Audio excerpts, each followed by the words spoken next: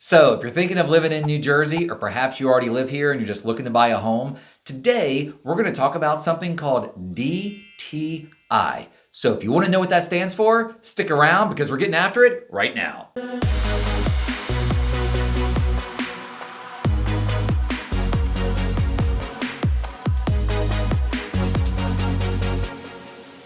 If this is your first time to the Living in New Jersey channel, please feel free to click on the subscribe button, tap the bell for notifications so you can be one of the first people to be notified to these amazing videos. My name is Matthew Williamson. I'm a luxury realtor here in New Jersey, and the team and I on the daily, we get emails, we get calls, we get texts, we get carrier pigeons and smoke signals. What don't we get? No to the fax. We don't do Matt fax. does not like faxes. I don't. We have cars that almost fly. There's no need to do faxes, folks. It is unnecessary. But we get communication on the daily from people just like you. Who am I? You're a home buyer, and you want to be turned into what you see around me. You see all those happy faces? Those are our clients. They made it to what I call the promised land and what you lovingly refer to as the closing table, where you sign, you take home ownership, okay? So today, we are going to explain to you what DTI stands for. And this gentleman next to me, I like to call him the money. He's going to introduce himself in a moment, and then he's going to enlighten you and enlighten me as to what DTI stands for. Fill us in, money. Good afternoon. My name is Brian DeVito. I'm a Senior Vice President with Mortgage Lending at Guaranteed Rate. Excellent. Now, as a realtor, because you're the money, I'm the realtor, I kind of hear it all, right? Talk to home buyers. They're like, we want to buy a house. We want to buy. And I ask one simple question, just one.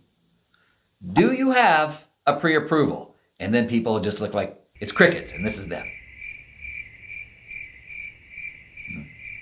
Yep, I'll take that as a no, folks. If you're going to buy a home, you need to have a pre-approval. And I know you all are probably like, we don't want to get one. I've been on my job 100 years. Which, by the way, if you're that old, that's great. But you've been on your job 100 years, you've never made a late payment, you have a high credit score. I've heard it all. But one of the most important slices to that pie is something called DTI. So when you hear your real estate professional and they're chirping, pre-approval, there really is a reason for that. I'm sure there's a lot, but a main reason is because of something called DTI.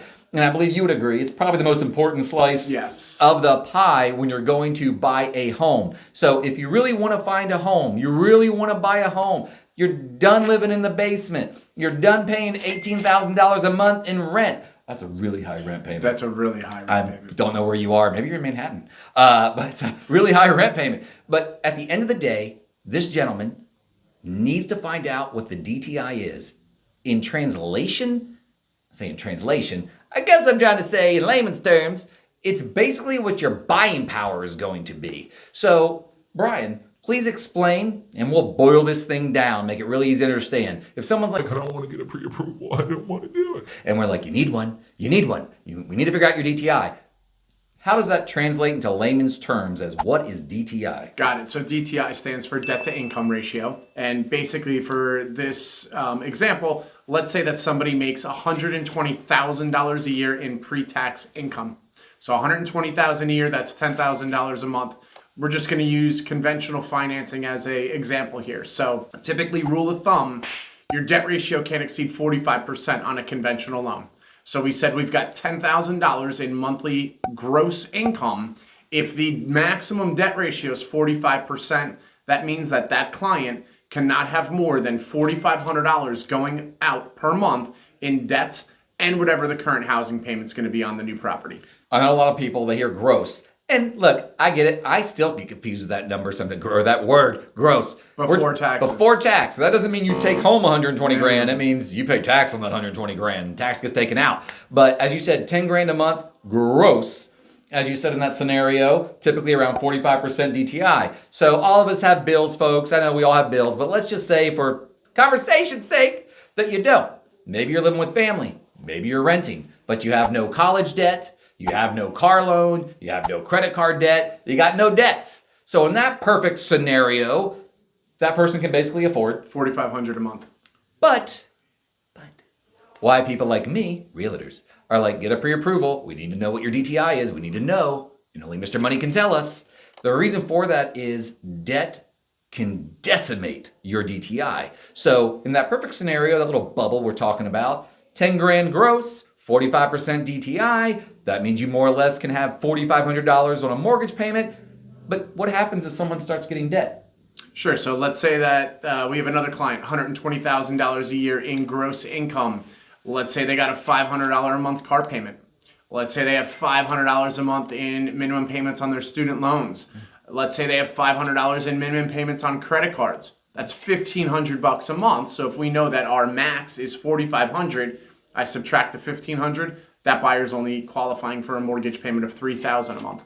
So that's a huge difference. Huge difference, right? Like really can affect your buying power. Now, we don't want to get too into the weeds, but there are obviously different loans, right? For people buying usually big houses, multi-million dollars, there's a loan called a jumbo. Correct. It's big money, right? And the jumbo requirements, typically rule of thumb, your debt ratio is going to need to be below, or your DTI would need to be below 40 or 43%. 40 to 43%. Now the conventional, which we were using in our scenario, floats at about 45, although there may be compensating factors where we can get an approval up to 50%. I've also seen some loans, though, that aren't approved at 38 because of a lower FICO score. credit score. Morgan's a smart guy. So you also have, well, I lovingly, the FHA loan, which we lovingly get a lot of people going, yeah, FHA, it's like a first home is something. And they associate the loan with first time home buying. That is You don't incorrect. have to be a first-time home buyer to get an FHA loan. No, and you on don't. an FHA loan, you can actually go to 56.99%. Woo! And as a bonus, what does FHA stand for, sir? Federal Housing Agency. Yeah, it's not first home, whatever. It has nothing to do with that. Typically, with an FHA, you get more buying power. More buying power. And obviously, we have the VA loan.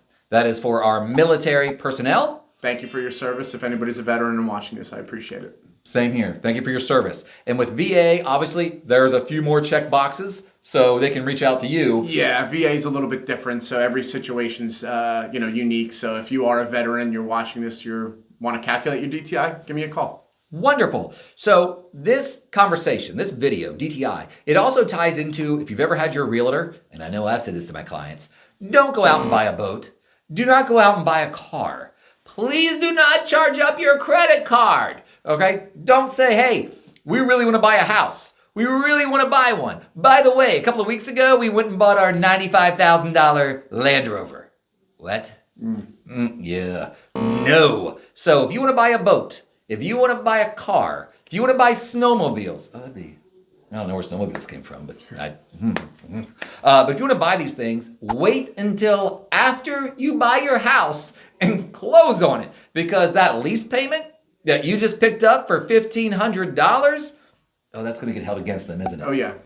Oh, yeah. Yep, you can drop the hammer. So that is what DTI is and how that translates to a home buyer. It is debt to income, and as I believe we've agreed, it is probably the most important slice of the pie. You could have a perfect credit score. You could be putting 50% down on a purchase. If you don't have the income to support the mortgage, you're not going to get approved.